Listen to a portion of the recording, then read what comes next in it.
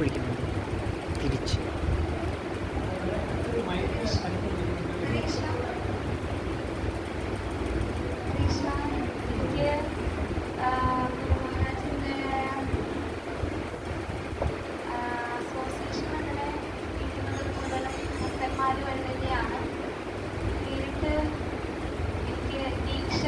കിട്ടുമ്പോഴെന്നത് എനിക്ക് തൊട്ടടുത്ത് നിന്നിട്ട് ഇങ്ങനെ ഒരു അസോസിയേഷൻ അങ്ങനെ ഇത് കിട്ടിയിട്ടില്ല. പക്ഷേ ഞങ്ങൾ 2021 മായാപ്പൂർ പോയപ്പോൾ അവിടെ ഗുരുമഹാരാജിനെ കാണാൻ പറ്റി.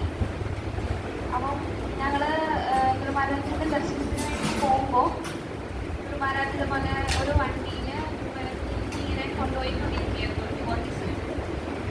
അപ്പം പെട്ടെന്ന് ഞങ്ങൾ നിന്ന സ്ഥലത്തെത്തിയപ്പോഴേക്കും ഗുരുമഹാരാജ് പോയിക്കൊണ്ടിരുന്ന വണ്ടി അവിടെ നിന്നു. അപ്പോൾ സാധാരണ ഡിവോട്ടീസ് 2-3 പേര് ചുറ്റും ഇങ്ങനെ ഇരിക്കുന്നുണ്ടാവും ഗുരുമഹാരാജിൻ്റെ സൈഡിൽ അങ്ങോട്ടും ഇങ്ങോട്ടായിട്ട്. അപ്പം ഗുരുമഹാരാജിനെ കാണാൻ പറ്റുമോയെന്ന് സംശയമായിരുന്നു.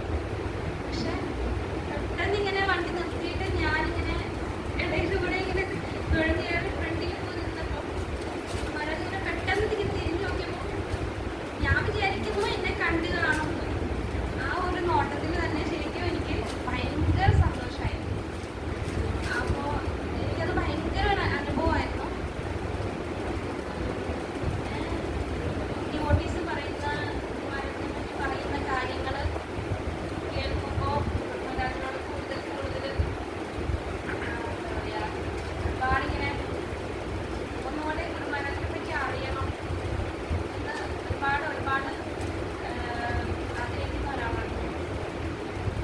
പിന്നെ ഗുരുമഹാരാജിൻ്റെ വലിയ കൃപ കൊണ്ട് തന്നെയാണ് ഒരു ദീക്ഷ എന്ന് പറയുന്ന സ്ഥാനത്ത് എത്താൻ പറ്റിയത്. അതിൽ ഒരുപാട് ഞാൻ ഗുരുമഹാരാജിനോട് കടപ്പെട്ടിട്ടുണ്ട്. നന്ദി ഞാൻ അറിയിക്കുന്നു.